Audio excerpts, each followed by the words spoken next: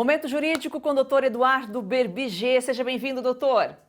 Oi, Joyce, é um prazer estar aqui. Ainda sobre as fraudes do INSS, entidade presidida por irmão de deputado petista, foi a que mais recebeu dinheiro. A CONTAG, que é a Confederação Nacional dos Trabalhadores Rurais, Agricultores e Agricultoras Familiares, recebeu 3 bilhões e 600 milhões de reais em repasses da Previdência Social nos últimos 10 anos. O setor que representa produtores, os trabalhadores rurais, extrair, doutor, entre as 11 investigadas na operação sem desconto.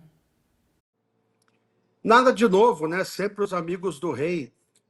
3,6 bilhões, né, numa fraude que até agora foi identificado um rombo de 6,3 bilhões, né? Mas já se fala em até 15 vezes mais, né?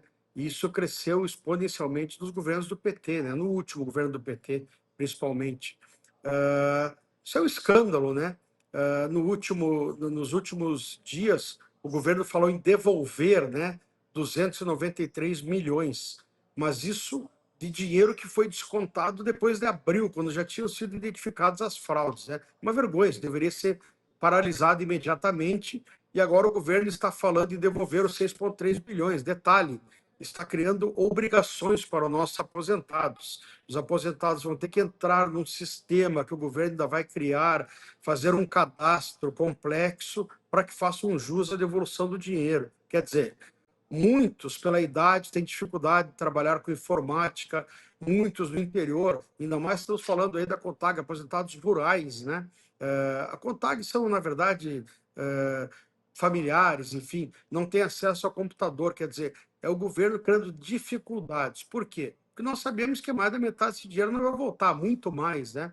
Porque os aposentados não têm acesso a sistemas, não conhecem computador, são idosos, né? Nem são da época da informática. Então, é o governo criando dificuldades para devolver esse dinheiro, enquanto que o INSS, né, que criou esse problema, deveria facilitar a devolução. Então, é mais uma falha, né? Uma excrescência aí desse nosso governo. Aristides Veras dos Santos, que preside a CONTAG, é irmão do deputado federal Carlos Veras, do PT de Pernambuco. Como é praxe dos petistas, né, doutor? Claro, a entidade nega qualquer irregularidade. E, na verdade, nós vemos hoje o Haddad falando, né, que isso acontece, que o PT investigou. Na verdade, a investigação começou muito forte no governo Bolsonaro, né? O governo Bolsonaro tentou, né, acabar com esses descontos, reduzir, né? Não conseguiu. Teve uma queda muito grande nesses desmandos do governo Bolsonaro e subiu exponencialmente do governo Lula. Nós vimos um gráfico ali que foi divulgado 2023, 24 e agora 25 diminuiu, né? Agora depois de identificado o rombo, mas até abril, crescimento absurdo, né? Então é como nós costumamos ver aí nos governos da administração Lula, né? Um descontrole total das contas públicas, né? E essas costumeiras lesões, né? Os cofres públicos, né? Os sindicatos, né? Essas entidades, associações, né? Muito próximas ao poder, né? E sempre com esses amigos, né? Amigos do rei, amigos do poder se beneficiando, né? Isso é um clássico, né? Das administrações petistas, né? As entidades, sindicatos que deveriam trabalhar em prol do trabalhador são as que lesam o trabalhador. E por falar em lesar, doutor, o IS, que é um imposto seletivo sobre óleos brutos de petróleo e gás natural, preocupa especialistas aí do setor, né? Porque a reforma tributária pode elevar ainda mais os preços dos combustíveis ao consumidor final, né? A reforma tributária que está gerando tanta polêmica, né? Nós já dissemos aqui, principalmente para o agro vai ter uma elevação de carga tributária. Já disse, pode me cobrar aqui, se isso não acontecer. E o imposto seletivo é o tributo que vai incidir sobre bens, né, e produtos nocivos ao meio ambiente ou ao consumo humano. E os óleos, né, esses óleos de gás natural estão, né, elencados do rol de incidência do imposto seletivo. Se isso acontecer, vai gerar um aumento no combustível, né?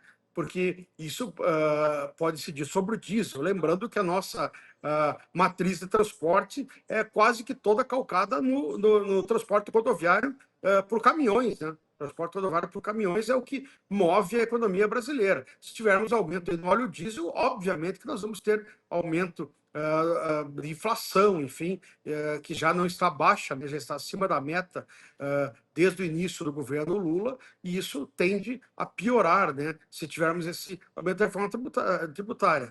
E o gás natural, enfim, desde o gás de cozinha até a incidência do gás natural para as indústrias, enfim, isso é muito nocivo, né, para a inflação, enfim, os preços, né, como geral, né, na economia brasileira, isso é muito prejudicial. Então, é mais um tiro no pé, digamos assim, que a reforma tributária pode dar, né, digamos assim, no pacote de erros, na minha opinião, que estão sendo cometidos aí nessa regulamentação e gestação da reforma tributária.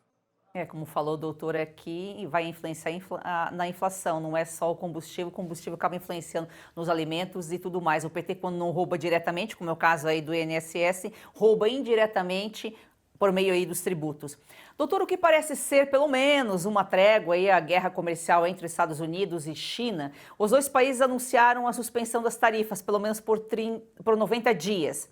O que isso representa aí, especialmente para o Brasil? Pode ter alguma influência?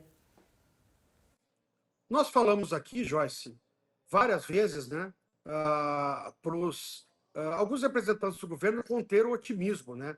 Achavam que ia gerar uma enxurrada de negócios, né, para o agro brasileiro, essa guerra entre o Brasil, entre Estados Unidos e China. Agora nós vimos aí essa trégua por 90 dias e se fala em tarifas da China para os Estados Unidos em 30%, dos Estados Unidos para a China em 10%. Isto vai se acomodar, nós falamos várias vezes. E isto vai aumentar o fluxo de negócio entre Estados Unidos e China. Nós cansamos de dizer aqui, são os maiores players do mundo, são as duas maiores economias do mundo. Jamais eles vão levar essa briga a cabo. Isso poderia ser a ruína das duas economias. E eles não são tolos. Engana-se quem pensa. Nós vimos a imprensa festiva, a esquerda festiva, agindo como se o presidente americano fosse um tolo.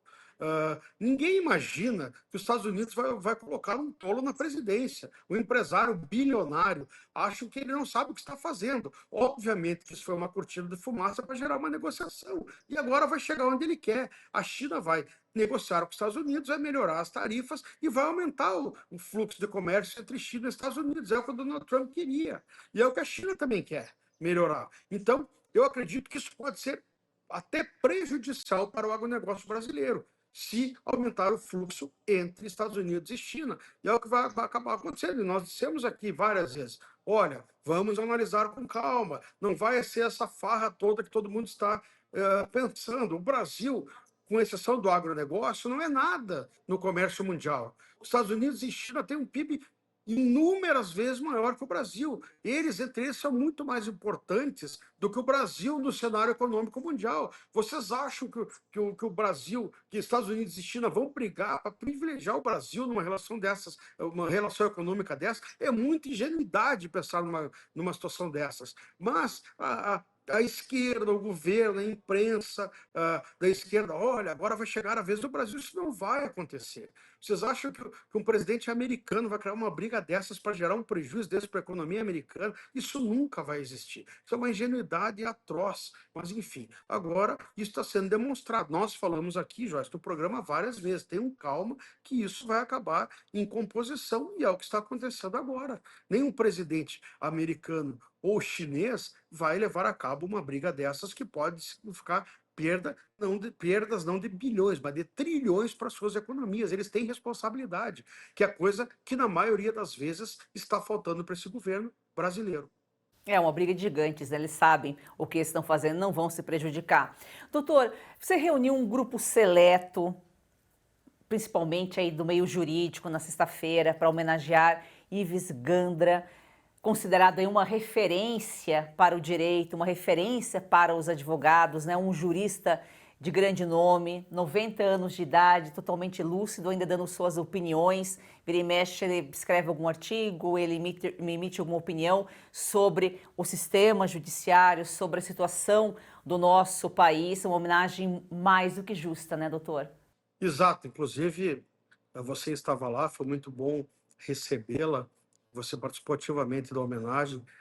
Na verdade, eu considero uma obrigação, né? O professor Ives Gandara, com 90 anos, e não é nisso praticamente, ele escreve diariamente artigos, ele vai diariamente ao escritório, ele continua totalmente ativo no seu escritório, trabalhando, atendendo clientes, elaborando pareceres, participando de processos judiciais e todos os dias escrevendo, se posicionando politicamente, politicamente, juridicamente no Brasil e servindo de referência para gerações de advogados. Eu tenho o professor Ives como uma referência, para mim, é o maior advogado da ativa no Brasil, não só na área tributária, mas eu considero o maior jurista do Brasil, e o professor Ives com uma cultura geral fantástica. O professor Ives entende de filosofia, de política, de economia, de direito, enfim, é brilhante, é um exemplo moral, é um exemplo de virtudes que eu considero que o Brasil deve agradecer por ter uma pessoa desse valor, com 90 anos de vida e 70 anos de atividade dedicados ao bem do país. Então, eu organizei, fui um dos organizadores dessa homenagem, a pedido da família e de amigos, e foi muito bom ver que vários dos grandes juristas do Brasil e políticos, enfim, prestigiaram essa homenagem. O professor Isso ficou muito feliz, e é muito pouco pelo que ele merece, né? Então, foi muito bom estar lá e ver essa pequena retribuição por tudo que o professor Ives já fez pelo Brasil e pela advocacia, né, do nosso país. Realmente foi uma satisfação estar lá nessa homenagem. Professor Ives, é uma honra estar aqui comemorando seus 90 anos, com vários de seus amigos, e gostaria de lhe agradecer por ser uma referência para nós advogados, para nós cidadãos brasileiros. Muito obrigado, o senhor sabe da admiração que eu tenho pelo senhor. Eu agradeço pela sua amizade, pela sua generosidade de sempre comigo. Muito obrigado, professor. Muito obrigado por ter permitido que eu participasse dessa homenagem ao senhor. Muito obrigado mesmo. Professor, é uma bênção conviver com o senhor, é uma bênção desfrutar da sua amizade. Continue sempre na minha vida, continue permitindo que eu participe da sua vida e continue sempre sendo este grande amigo, esse amigo leal, generoso. Muito obrigado mesmo e parabéns pelos seus 90 anos e continue ainda produzindo muito pelo Brasil, sendo essa referência para todos nós advogados e cidadãos brasileiros. Muito obrigado. Uma referência para gerações, inclusive você, né? Foi uma influência do seu pai, seu avô também, que eram advogados, e você conheceu o Dr. Ives praticamente pelo pai, né? Isso, meu pai me deu um livro quando eu estava no primeiro semestre de faculdade, o Sistema Tributário na Constituição, né, de 1988, escrito pelo professor Ives. Ele me disse, ó, a minha referência como tributarista, né, é este advogado e também como ser humano, como cidadão. E desde então eu acompanho o professor Ives Gandara, e foi em toda a minha carreira, e realmente tenho esta referência, e hoje podendo desfrutar da amizade e das orientações do professor Ives, para mim é uma grande honra e uma bênção poder acompanhá-lo, realmente é uma satisfação. O doutor falou profissional e cidadão. De nada adianta ser um bom profissional se também não é um bom cidadão. Doutor, excelente semana. Até a próxima. Eu quero fazer um registro. Hoje eu estou em Cristalina, Goiás.